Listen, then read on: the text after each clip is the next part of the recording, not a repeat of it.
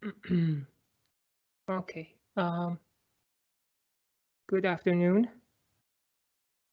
I have I guess I have only one announcement, and that would be that this coming week we will have 2 quizzes to because we didn't have one this week, so there'll be 2 quizzes. Well, we might actually release them before the lecture tomorrow on Monday. So that's the only announcement I have. Lab, yeah, I guess another one. Lab 4 has also been released. The deadline is in 2 weeks. So make sure that you get started on that one as well. Okay, if there are no questions, I will start the lecture. Okay, so we're talking about virtual to physical address translation. We talked about base and bound method, and I'm sorry, let me just give you the slides. Okay, so we saw base and we had a quick discussion on it. So let's finish up with base and bound, and then we'll continue with other methods. So the big disadvantage of base and bound is that we cannot have inter-process memory sharing. Theoretically, processes can share regions of physical memory, but practically, because of the structure of the programs and the images, that sharing wouldn't be helpful, as I mentioned in the previous lecture. The other problem that we would have with base and bound is fragmentation, which basically means that we're going to waste space. And now there are 2 types of fragmentation, external and internal. So with external fragmentation, we will have free gaps between the allocated memories that cannot be used with any new process.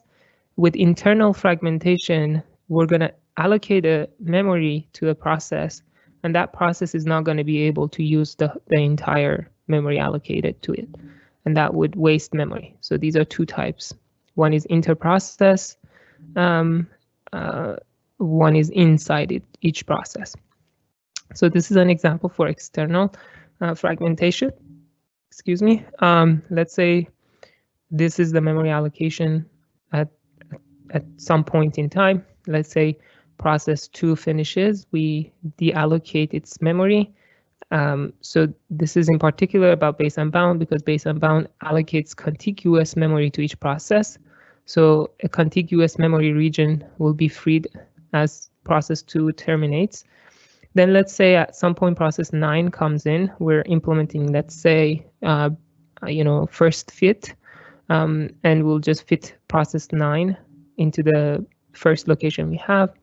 Then let's say at some point process 5 terminates, we have a free space now. Now process 11 comes in. We do have enough free memory for this process, but because it's not contiguous, it's going to be difficult to fit in process 11. One way is to just move the memory of process 9 and process 10, but as you might imagine, that would be really that would have a high penalty. Now, another way, so this is the second way we're going to talk about for memory translation, is a multi-segment address translation. So to just give you an idea of why this comes up, well, if you look at the virtual memory layout, we have different segments. We have code segment, we have data segment, we have heap segment, we have stack segment, and so on and so forth. So logically, our programs are segmented, right? So maybe we can use that logic and implement it in our and deploy it in our address translation. So that's the idea behind multi-segment address translation. So we're gonna give, instead of giving contiguous memory regions to the entire process, we're gonna give contiguous memory locations to each segment. And then, so in this way, we're gonna have base and bound for each segment instead of just one base and bound for the entire process. So that's the idea. Now, let's talk about the implementation. So we have a virtual address to translate. We can divide the virtual address to segment number and offset. We use we have to have a segment map that maps each virtual segment to a base and bound in the physical memory. So we get the segment number, then we have an offset, which is the rest of our virtual address. We will check it with bound, the same way we did with base and bound. We check the offset this time instead of the entire address with bound. If it is more, then we raise an exception. If it is less, then we will add it to the base and we find our physical address.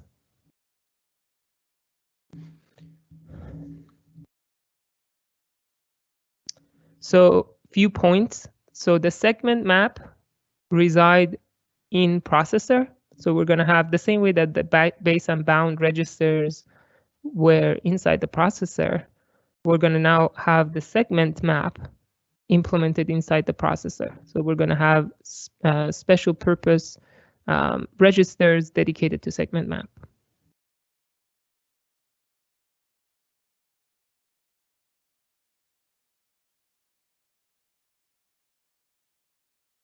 Okay.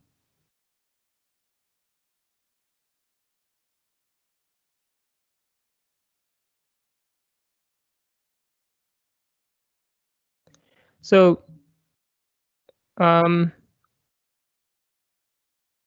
yeah, so if we get to have a special purpose registers to point to segments, then if we want to, let's say, move a data from one segment, we can actually use those registers like this. This would be the base register, and then we could create offsets. So this is how we create now virtual addresses in our code. We say from this, so this ES would be a segment, and then we'll just introduce the base. And this entire thing would be an address to be moved to this register AX. So this is how we create now virtual addresses in our code. Now, let's look at an example. Let's say this is a very simple model. Let's say we have only 4 segments. We have code, data, shared, and a stack. So let's say these are the only segments in our system. Because we have 4 segments, we need 2 bits for segment number. So from the entire virtual address, we're going to put 2 bits aside for the segment number, and the rest of it is going to be treated as offset. Let's say that these are pre-loaded with the addresses that the operating system has used for these segments. Now, let's say these are virtual segments inside virtual address space. Let's see how this works in one example. If we want an address here, so we'll just look at the first 2 bits of virtual address. That would be segment ID 0. So we can just see that this region has been mapped to this region of physical address. So all we do is we just use the base and add the bound, add the limit to get the physical addresses for this segment. So so is any other segment in this case. So we can just look at their addresses and then translate them using the segment table. One thing to note here is that any of these segments actually could be shared. So all I need now to do, if I want to, let's say, share code, I can use the same base and limit values in 2 processes. So now that we broke the segments apart, we can easily share them between processes. So we have actually solved the problem we had with base and bound. Okay.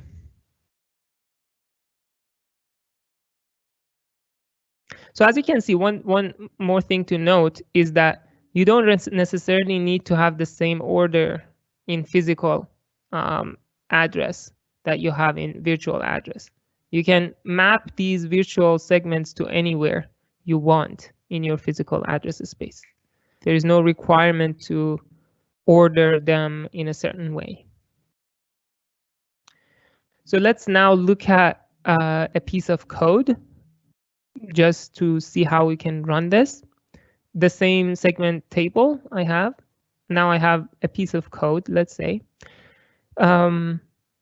Okay, so the first thing that we're going to do, I got a question. So, but don't the number of segments need to be predefined for the whole system? Yes. So you need to have predefined segment numbers. That's why usually you have compilers that are architecture specific. So the compiler that you have for x86 doesn't work for ARM because there are architectural considerations that the compiler has to keep in mind. Yes, so the length of or how many segments the segment table supports would dictate way of compiling for the compiler and the entire system. Good question.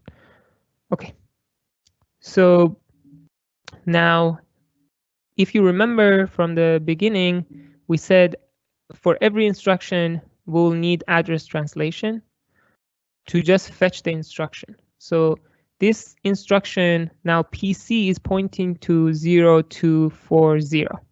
So now we want to fetch this address. This is a virtual address. We have to translate this address to physical address. So this is the address that we're looking at. We look at the virtual segment number. In this case, it's 0. Now we go to our table. The base is 4,000. We get the 4,000, and then we add this offset, which is 240, to get the address of 4,240. Now we have a physical address. We can fetch the instruction. Let's say we fetch the instruction, we decode the instruction, and we see that the instruction is load this address, VARX, to register A0. Okay, so now we need another translation at this point.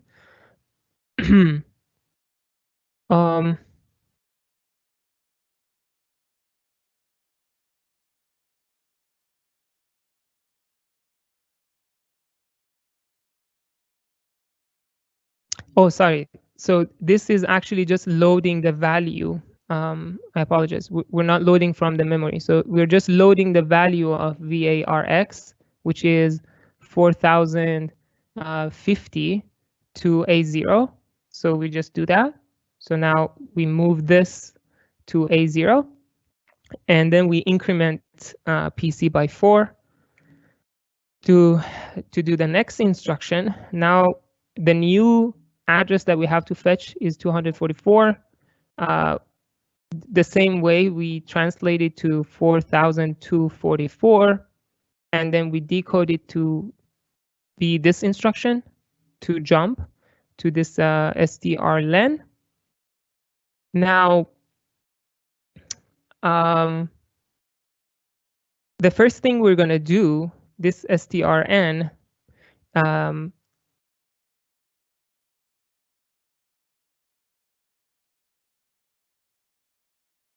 yeah, so the first, now that we want to jump, we're going to just, this is a function call, so we're going to just save the return address.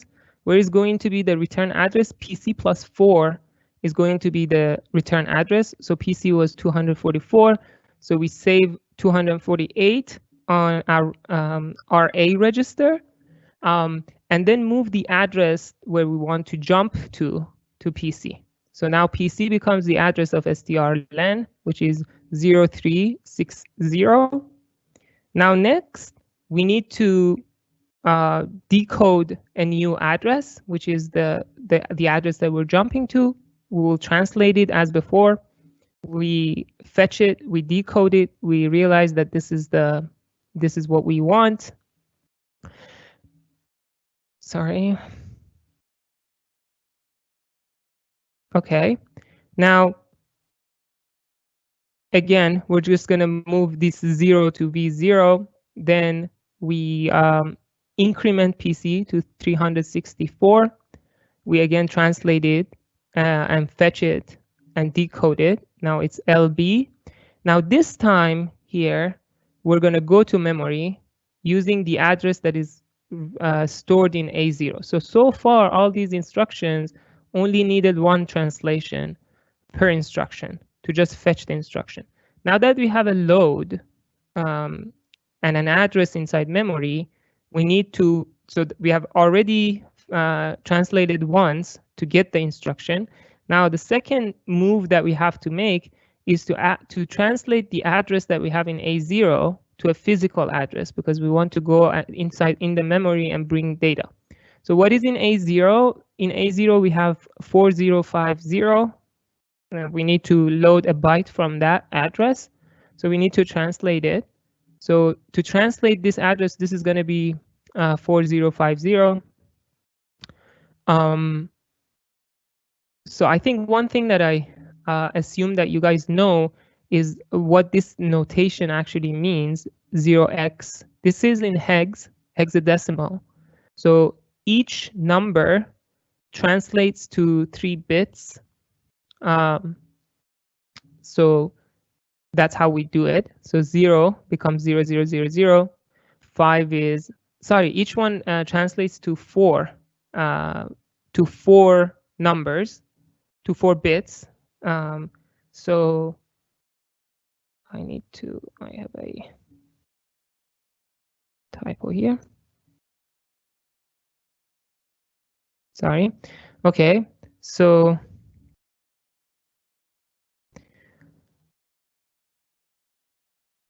so this is our address, translating every element of it. Now we're going to use the first 2 bits for the segment address. The segment address is 1, so we're going to having to use the base 4800, and the segment address is the rest of it, which is 50. So it's going to be 4850. That's the translation we're going to get. And so on and so forth. So this was an example to see how things really work. Okay. Now let's have a discussion on this one, on this method. So in the layout we saw, usually there are holes inside virtual address space. One big example, the address between the head of the stack and the tail of the heap. if you put some shared libraries there, you introduce a lot of holes. And those holes are regions that we're not using inside our virtual memory. So these holes were the cause of internal segmentation in base and bound. When you allocate a contiguous region to your program, those holes are also allocated but not used. So you have internal fragmentation. Now, with multi-segment address translation, you're not going to have many of those, depending on how many segments you allow your systems to have. So you're going to eliminate those holes because now you're just allocating what is being used. So we're kind of avoiding internal fragmentation. But what about, yeah, so another thing that at least last year when I taught this this topic to another group of to the SE students, some of them mentioned that this is the first time they get to know what segmentation fault means. So this is what it means really. When you access those gaps inside your virtual address that are not part of any segment, you get segmentation fault because they're not yet allocated to any segment.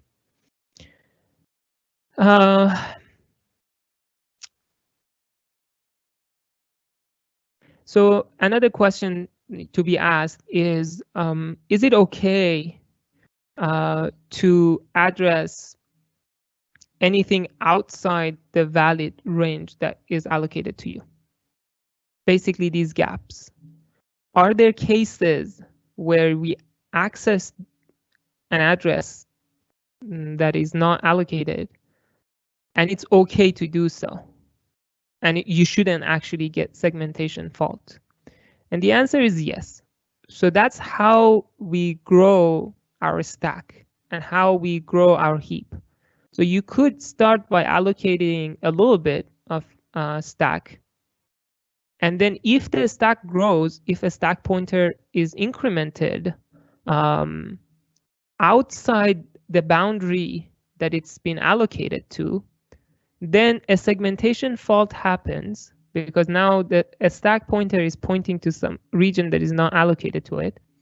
But then the operating system should handle this segmentation fault. This segmentation fault shouldn't be echoed to user. It should be handled by the operating system. The operating system basically what it does is that it allocates more space to a stack as the stack grows, if that's something that the operating system wants to implement. The same with heap. You might want to, even though your user has asked for, let's say, 10 megabyte of memory, you could start by giving your user 1 megabyte. And then as you go and see that the user is actually using this heap, you can increase the allocated memory to this. So again, your user might have asked for a certain space capacity for the stack and for the heap, but you could start by giving your users less than what they actually want and see what happens. If they end up actually using that memory that they wanted, then you can increase their allocation.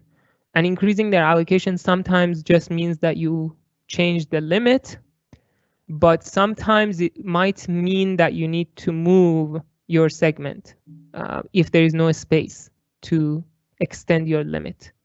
So it's risky. Okay. Another question to answer is that what should be saved and restored on every context switch? The answer is simple. You have to now save and restore the segment table every time you context switch between processes, because if each process has its own segment table, before context switching to a new one, you have to save the segment table of the current process, save it into its PCB, maybe whatever data structure you have, and then restore the segment table of the new process. So what are the downsides? So the upside basically is that now we're able to share. We don't have internal fragmentation. The downside is we still have external fragmentation because the size of each segment is not fixed. So you have variable sized segments, and that causes external fragmentation. Less so than base and bound, but you still have it. The other thing that could happen is that you have limited options for swapping to disk. This one I'll talk about later on in the next lecture when we talk about swapping processes out. But just to mention here, sometimes you want to basically evict the memory that is allocated to a process and put it inside the disk, save it in the disk. Maybe this process is not using that memory allocated to it, and we have other processes to run. But then with segmentation, your option is to basically move the entire segment. You can't move a little bit of a segment to make a space. You have to move the entire segment, and that is not convenient. You might only need few bytes, but all your segments are, as big as like megabytes, and then you have to potentially move the entire segment. Now, the third method that we're going to talk about is paging or paged memory. To solve the issue of external fragmentation happens because of varied sized segments being allocated inside physical memory. Let's divide memory, both virtual and physical, to fixed sized pages. So in this case, we have chunks of contiguous bytes all together creating one page in physical memory and in virtual memory. Now this helps a lot, especially with external fragmentation. Now we can have a representation of our physical memory by just knowing if each page has been allocated. So we can have a bitmap, so 1 bit per physical page. And if it is allocated, we just make it 1 so that we know that this page has been allocated. And if it is not allocated, it's going to be 0. Now, as you can see, this eliminates external fragmentation, because now every time you want to allocate anything, it's going to be in the same fixed size. So if you have a 0 here, it means that you can allocate that physical page. If you don't have any 0, so if all of them are 1, it means that you don't have any space. Then you can make a space by evicting those pages to the memory. Now that I also mentioned eviction, this also solves the problem we had with swapping in segmented memory, because I said in segmented memory we might have to transfer the entire segment, evict the entire segment. But in this one, you can just evict a page, which is a lot smaller than a segment. Okay.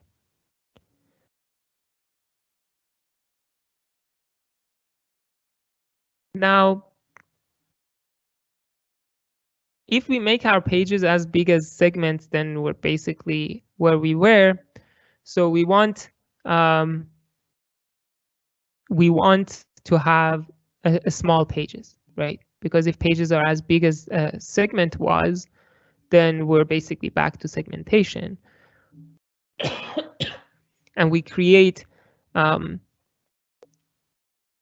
basically we will have, we will solve the external fragmentation, but we will introduce internal fragmentation if you have big pages, because you might allocate a big page to your virtual segment, right, or virtual address space, and then what you really needed in virtual address space was few bytes, but now your page is like in a megabyte, and that would waste a lot of memory. So because you can't allocate the same page to two, you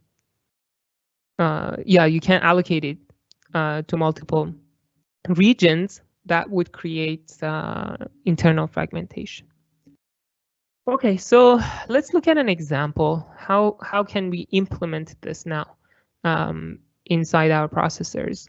So we're gonna now have a physical memory that is paged. It's gonna be divided into fixed size pages. We're gonna do the same thing with our virtual address. Now, how many virtual pages do we have? It will depend on how big the virtual address space is. So let's say you want each physical page and virtual page to be 4 kilobyte. Now, the number of physical pages you have will depend on how much memory capacity you have, how much DRAM you have. But the number of virtual pages that you have will depend on the size of your virtual address space. So you just divide the size of your virtual address space to this fixed size pages to get the number of pages. Now let's assume that these are figured out. How do we translate now? We will have to have similar to the segmentation table, we'll have a page table. What does this page table do? This page table is indexed by the virtual page number, and then it has the translation of the physical page number. So for each process, we're going to have a page table pointer that would point to the page table. And we might actually want to have a page table size. So how many basically virtual pages have already been allocated to this process. We just check the virtual page number to the size of the page table. If it is more than allowed, then we raise an exception. If not, we will index into the page table. We find the physical page number. So from the translation, we get the physical page number, and then we just use the offset as is. We put it after the physical page number. This whole thing gives us a physical address that we can use to address the memory. Okay, let's see. I think I've covered most of these. Yeah, one thing that I didn't cover is basically the permissions and valid and invalid bit. So on top of what, I mean, you could have these in segmentation table as well, but here is where you're being introduced to these topics. We can now have permissions for each page. We can say this page is allocated to this process in a read-only mode, or read and write mode. We could also have valid and invalid. So a valid page means that this page, this translation is valid. You might have a translation which is not valid. It means that at some point this virtual page was mapped to this physical page, but it has now been evicted. So when you evict a page, you make that address translation invalid. So it's not valid anymore. Okay. Yeah, so the rest of it I've covered. So I got a question. So this is per process and there is no bounds check. Yes, this is now per process. Per process, we're going to have a page table. Now, the right question probably is, and about the bound, this page table size is kind of the bound, right? We just want to make sure that this virtual page number is not more than what is allocated to this process. But other than that, we're just mapping virtual pages to physical pages. So all we need is this mapping to say what is the address of this virtual page in physical memory.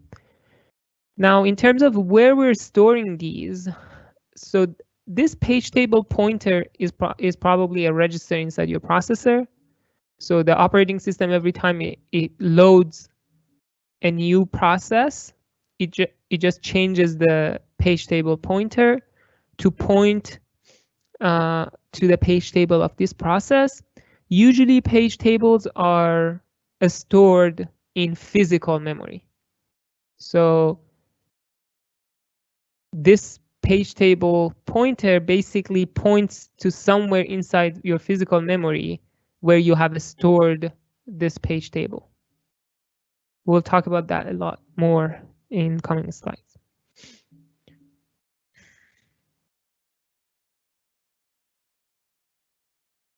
Let's see an example. Let's say I have a process with 3 virtual pages, and let's say this is my physical memory, and let's say this is my page table. At this point, I don't have the permissions and valid and invalid. I only have the virtual page to physical page translation. Now, let's say we have an address here.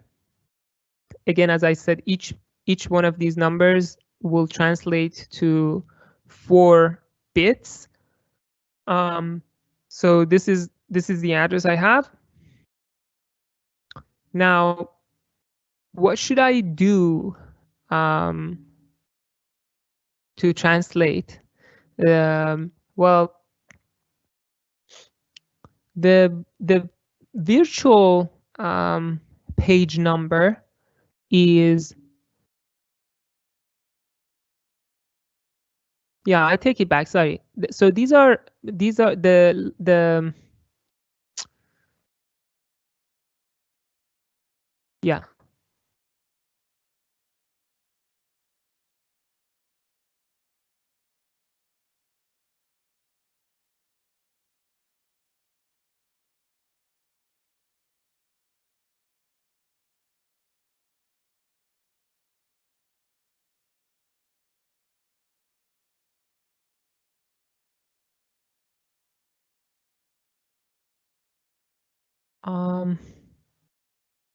Oh, I see. So here's the deal. There is an assumption that each page is 4 bytes. Because each page is 4 bytes, we need only 2 bits to offset, right?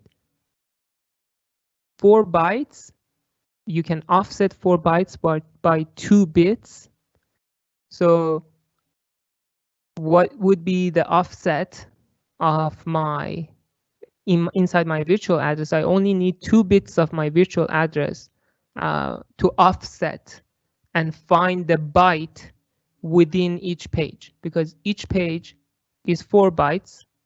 So if I have the address of the page and I just want the address of the byte inside that page, I only need 2 bits to find which byte inside that page I need.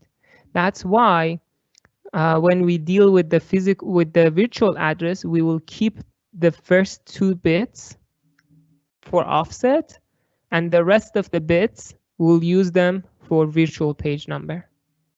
Now, this means that the virtual page number here is 0. So we'll just go to the 0 here, and it's translated to 4. Now we just get the 4 in the form of bits. So 4 is 0, 0, 1, and the rest of them 0. And then we just copy the offset, which is 0, to get a physical address. And this takes us to that region of memory. So basically, this is how those 4 bytes, A, B, C, D, are allocated inside physical memory. Now let's look at the first address, the first byte of this page.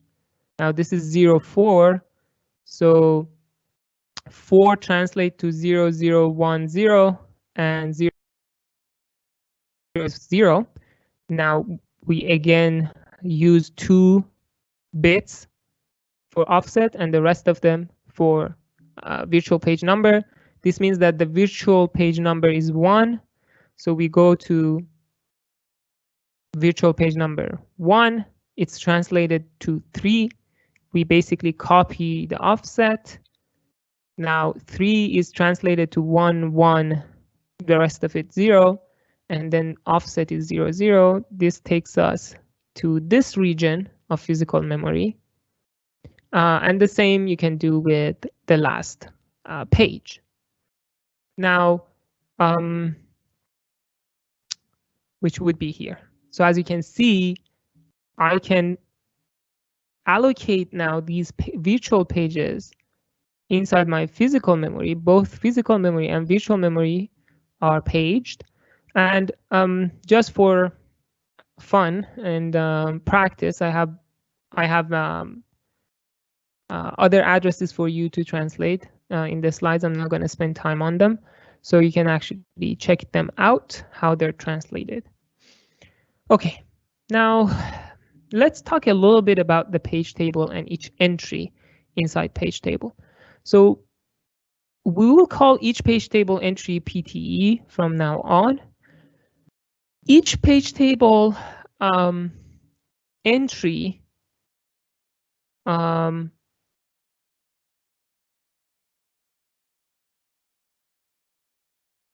okay, so I'm gonna actually explain this one. This is just a typo.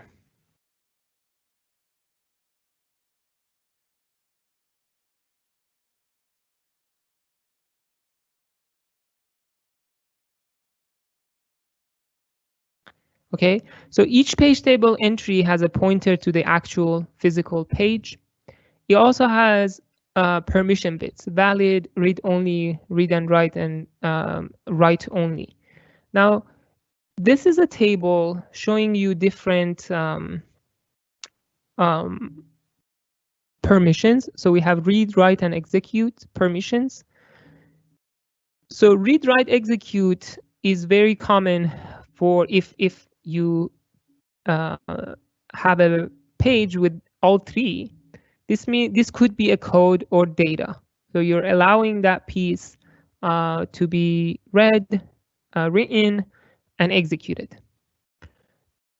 It actually was common, but not anymore because of the risks that it has. So you usually don't, for instance, you don't usually want the code to have a write permission. You don't really want to write and change the code.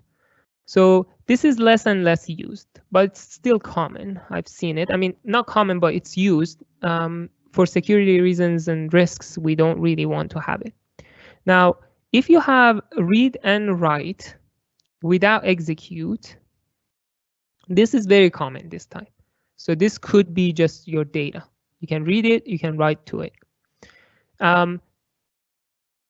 For code, usually what you have is read and execute. You don't allow write. So this would be an executable code. Again, very common. You could have read-only data. You just permit read. No read, write, and execute is not applicable, not used. Now, you could, though, have a page with just write permission. We'll talk actually about it. This usually is used when you're communicating with your devices. And when a piece of an address, a physical address, is used to map a register inside the device, you just want to write into that register to fire commands to your device. The reading from that is not allowed because the device is reading it. There is no point for you to read it. So the device could actually change it, do whatever it wants to it. It's just for you to communicate with your device. Also, you could have just execute without read and write. This is also, it's not that common, but it could be used. It's used to just protect your code, to just allow it to be executed, not read or written to. And you could also have a page without no permission, no read, write, execute permission. And these are basically guards. If you remember one instance where we talked about these guards could be to guard stacks from overflowing. So you could actually have you could put a page after your stack and give it read, write, and strip it off read, write, and execute permissions. And if your process wants to access that memory, it will just raise segmentation, and that way you can detect that your, let's say, stack has been overflown or whatever. Okay.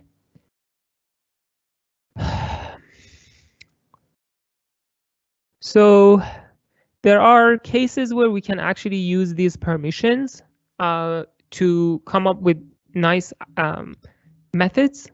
So one is demand paging, which we'll talk about in the list in 2 lectures from now. Basically evicting a page. When you evict a page, you just make that page table entry invalid. You could have copy on write. Let's say you fork. Instead of allocating the same or copying the parent's memory for the child, you could make the entire memory read-only for the parent and the child. So as long as there is no data written, both parent and child could use the same memory. The moment parent or child wants to write data, then you can make that copy. So basically, it's kind of like buying yourself some time and postponing the copy from happening. Because making a copy is basically expensive, so you don't want to make a copy unless you have to. Then you have zero fill on demand. This is another thing that you can use permissions for. Usually when you allocate memory, you want to make the memory, you want to clear up any data that previously was stored in that memory location because of security and privacy issues. But this is very expensive to do, right? Basically, writing zeros to your memory is basically writing to your memory, and writing to memory is expensive. What you can do is to make those memories invalid, the pages invalid, although it's allocated, but you make it invalid. The first time your process wants to read or write, you can zero them out. So you can, when it's going to be used, you can basically fill them with 0. So postponing it until it's necessary.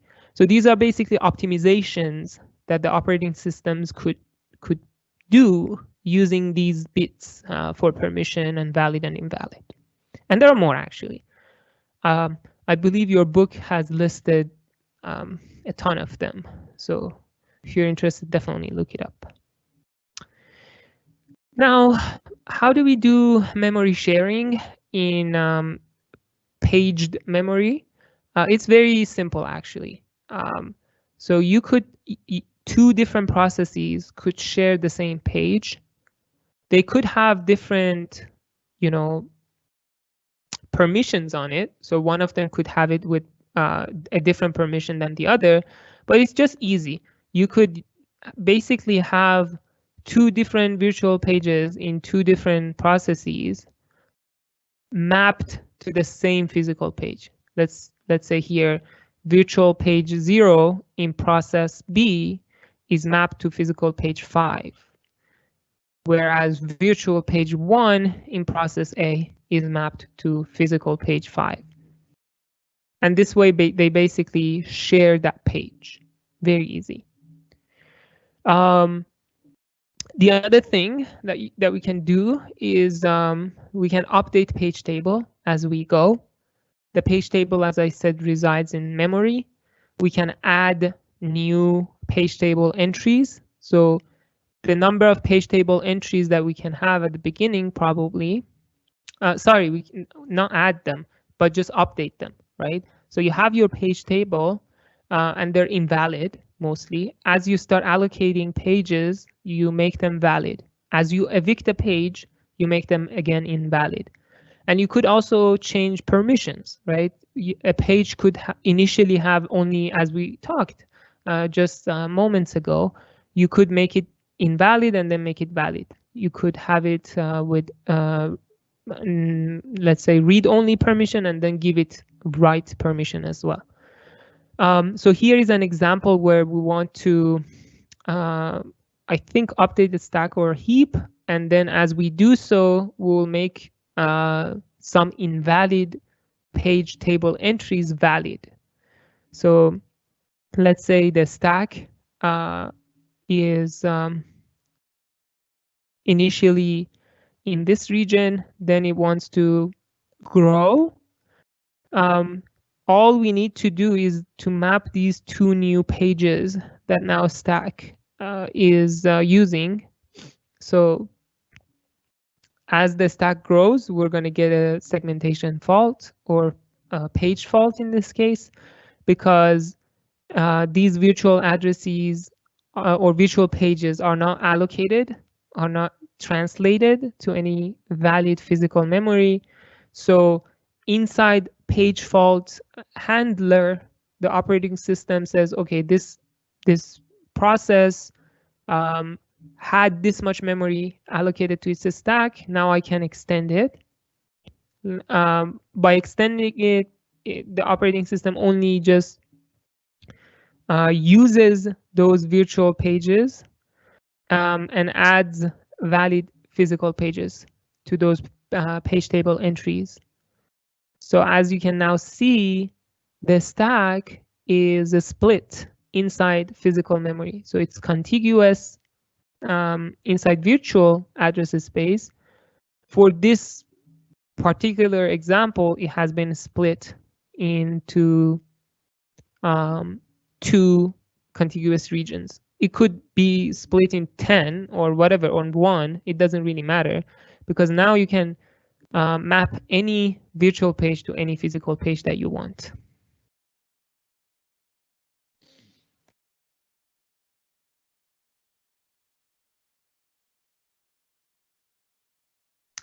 Now the challenge here, as you can see, is that the size of page table is basically the number of virtual pages that you have.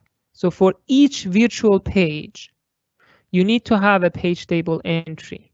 It could be invalid, but you need to have it because it could become valid or it could be used, right? So as you can see in this example, many of the page table entries are just null or invalid. We haven't used them. But again, we still have to have them. So the size of this page table could be really huge, as we will see next. So first question to answer, what should we save for each context switching? All we need to save is basically page table pointer and the page table size, right? Now, what else? What else do we need? And again, the rest we don't need to save because the content of page table is already saved in the memory. Now, what is the size of page table? Here are examples. Let's say you have a 32-bit system, and let's say you have 4 kilobyte pages.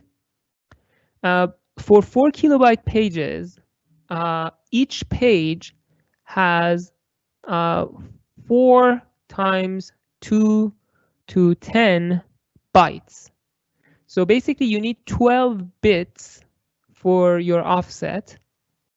Did I make a mistake?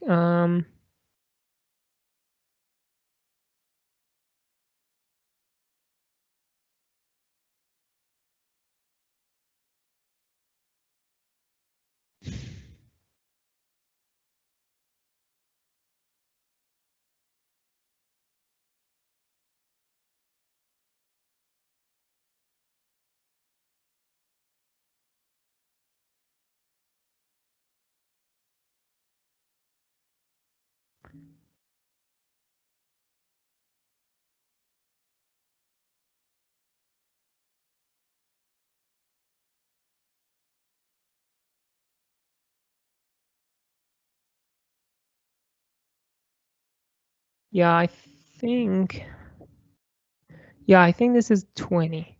I made a mistake here. For now, we're assuming that it's going to be 20. I think it is 20, so I made a mistake. Because 12 bits are used for... So 12 bits are used for... Let me bring my cursor here. Okay, sorry. Okay, so because we have 2 to 12 bytes inside each page, we need 12 bits to address them. So 32 minus 12, that would be 20.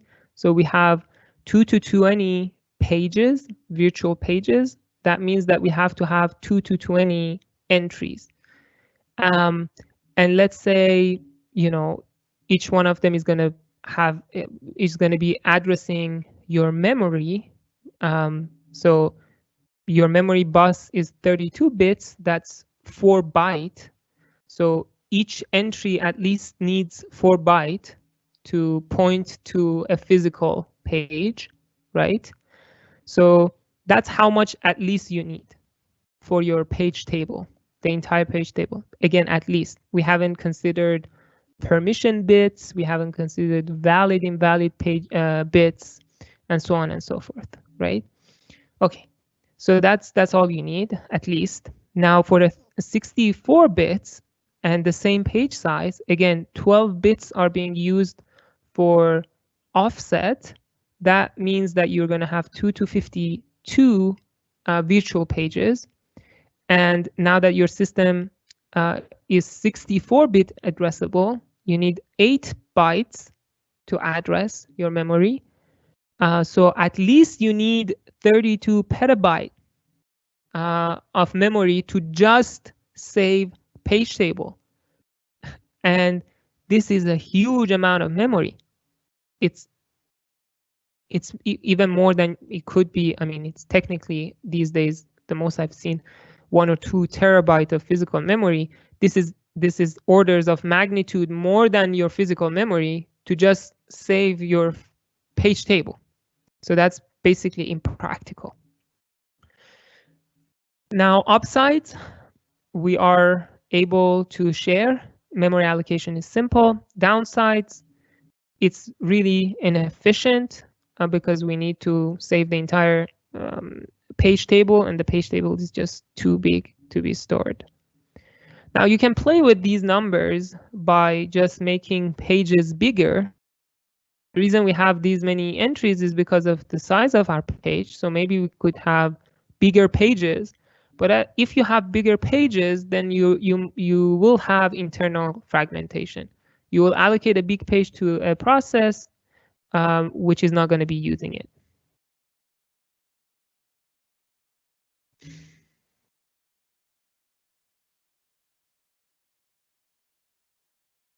Okay. So how do we solve this? How do we go around this? We'll just add another level of indirection. We'll have 2 levels of page tables. So as before, we're going to have a page table pointer. Here, this time, we're going to break our address to 2 indexes. So we will first use the first index to index into the first level page table to get an address for a second page table. Then we'll use, so the other entries inside this first level page table will also point to other page tables, level 2 page tables. Now for this particular one that we have indexed using the first bits of our virtual address, we'll go to a physical page, a second level page table. Then we use the remaining bits to index into this one, this second page table, second level page table. And from there, we get our translation, which is the physical page number. And then we use the offset to address our physical page. So this physical page number will point to a physical page, and then we can use the offset to find the byte that we want. So what happened here? What happened was, instead of having a one huge page table, I kind of used levels of page table. So I have the first level, then using the page table entry, I go to the second level page table and use the rest of it. And again, each page entry in first level is going to point to a page table in the second level. Each page table entry in second level is going to point to a physical page. Now, if we want to context switch, all we need to save is this page table pointer, the first one, because the rest of them are saved inside memory.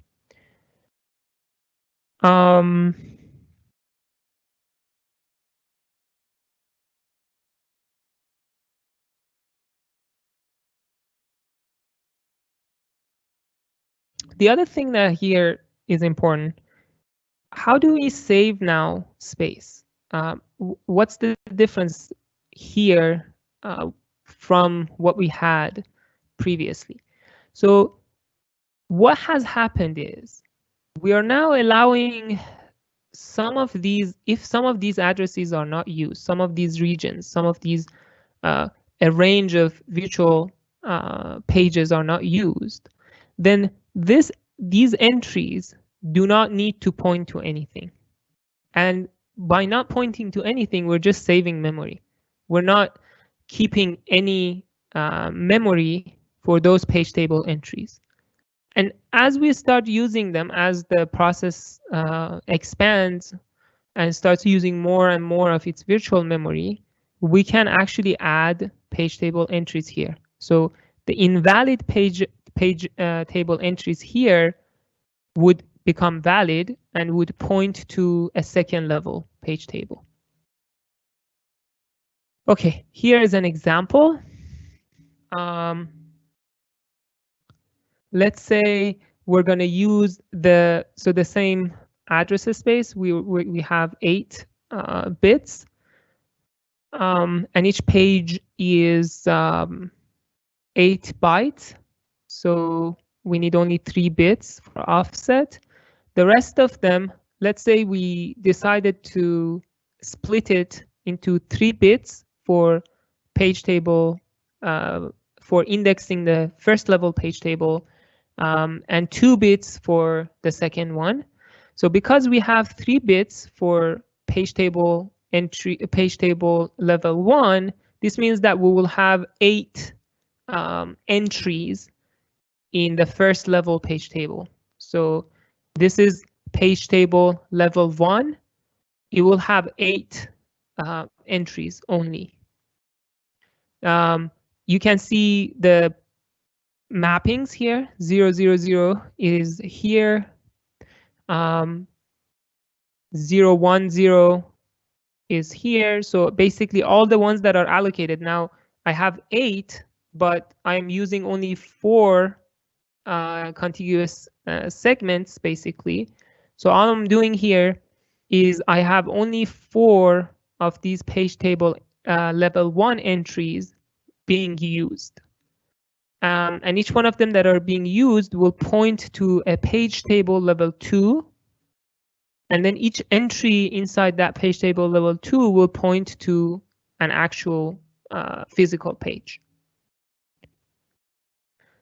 And then now you can see that I'm saving memory, because for these null or invalid pages, I'm not saving any page table entry and page table level 2s.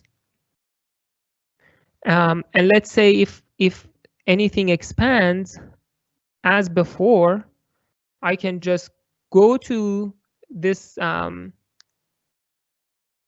basically second level page table, and instead of having a null here or invalid, I can make it valid. Okay. I guess it's So this one, sorry, this one is just a translation, not valid, invalid. This one is a translation. So if I want to translate this, I first go to page level 1, then go to page level 2, and then I find my address translation. The same could happen if I want to expand my heap. I can just use that null element or invalid element and add a valid page to it. Okay, how much time do I have left? Okay, 10 more minutes, almost. Okay, so next topic is basically a combination of segmentation and paging. So instead of having, so in the previous one, we saw multiple levels of pages. You could potentially have, instead of multiple levels of pages, you could have the first level could be your segmentation, and then you could add paging to your segmentation. So very much similar to what we had in segmentation, you still have your virtual segments. Now, instead of contiguously allocating memory to each segment, you can make each segment, divide each segment into pages. Very similar concept. So instead of page table level 1, now you have segment map, which you will use your segment number from your virtual address to, now the base basically is pointing to a page table, right? You will use the bound to check with the second index that is going to index into your page table. If it is valid, then you come index into your page table, and here you can find the translation of virtual page to physical page. And then you can just append it with your offset, check your permissions, and address your memory. What do we need to save in this case? Just your segmentation table, your segment map. Here is an example. Basically in x86, you have segmentation and paging together. There is a little bit of difference in how virtual address is being used.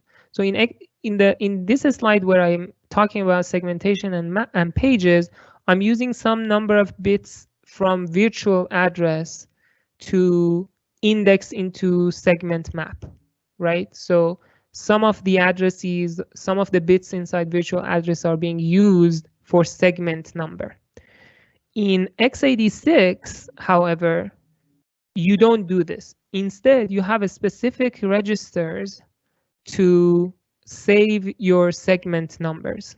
So you have a stack segment, you have code segment, you have data segment, and each one of these has its own register. So instead of putting aside some number of bits from your virtual address, it's as if you're basically extending your virtual address. You save your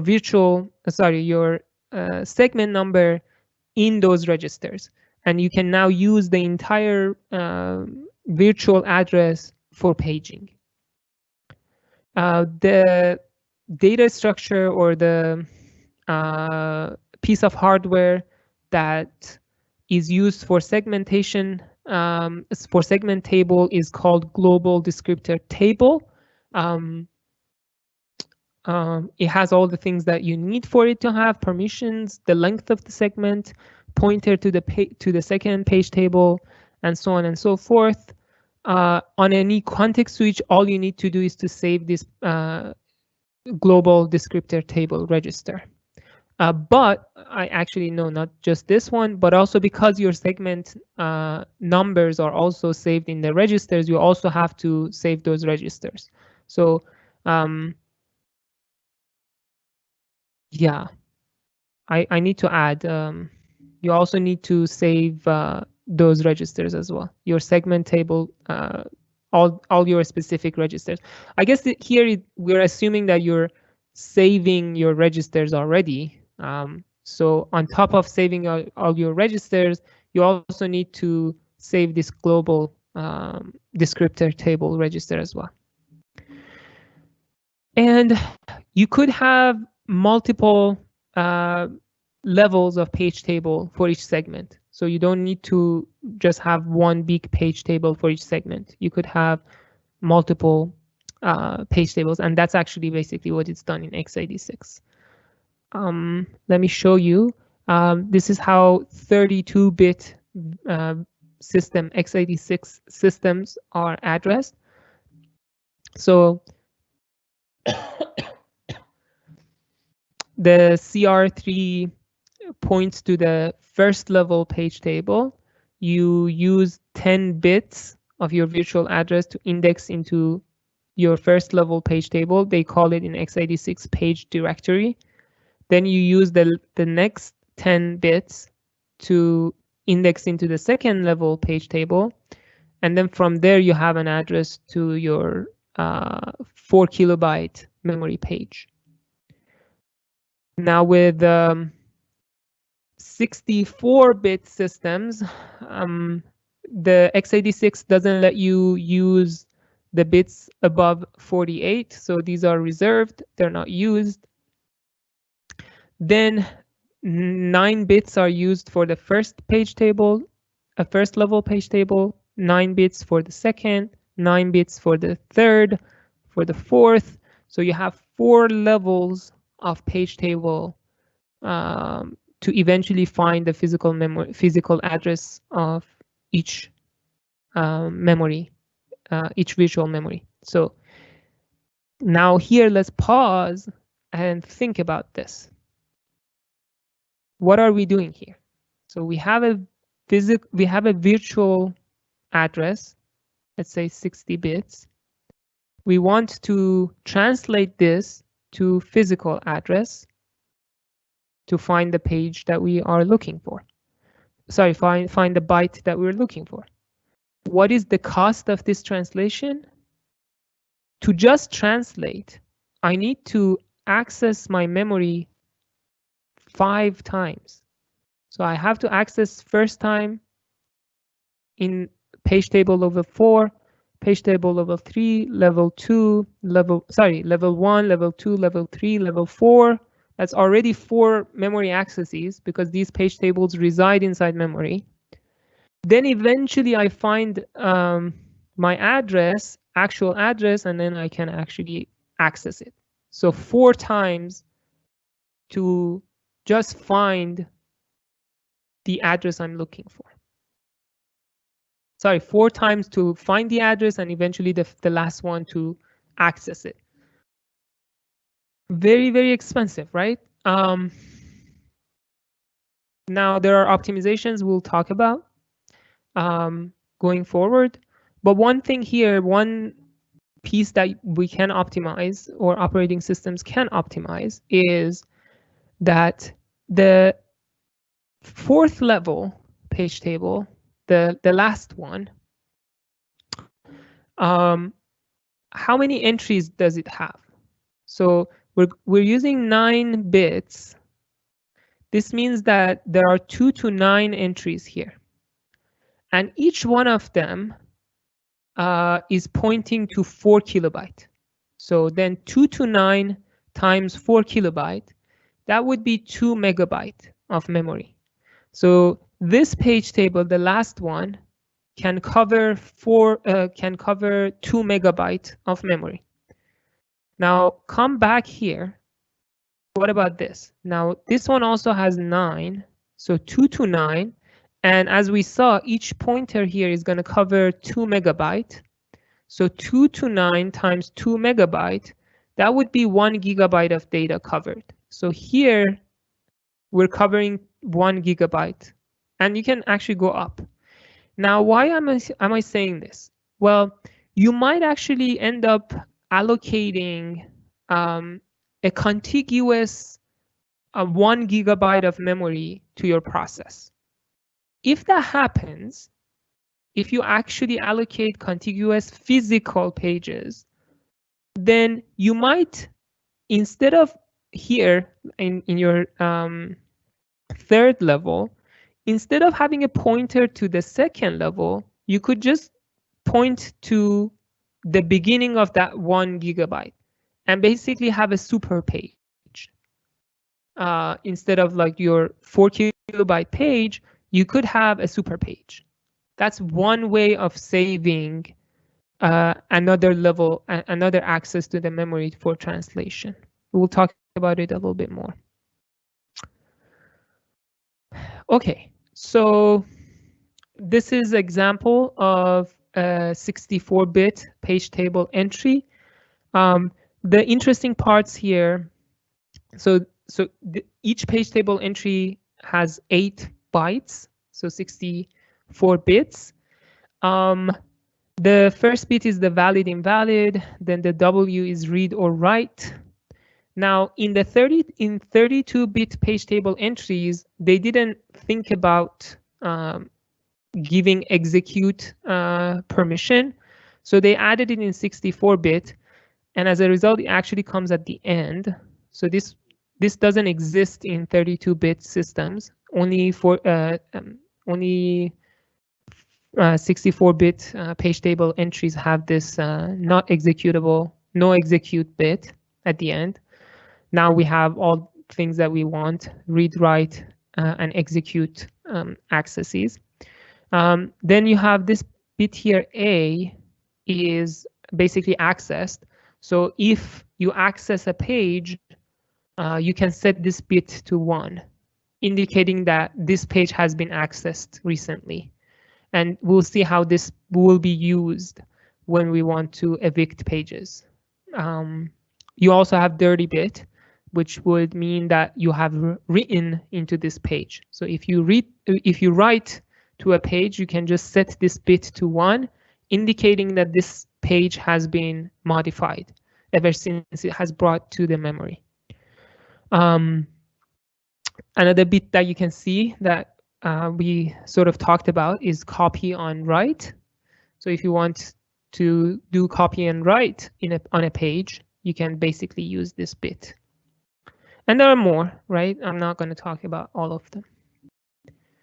Now, in terms of sharing in an x86 system, now you can actually share the entire segment.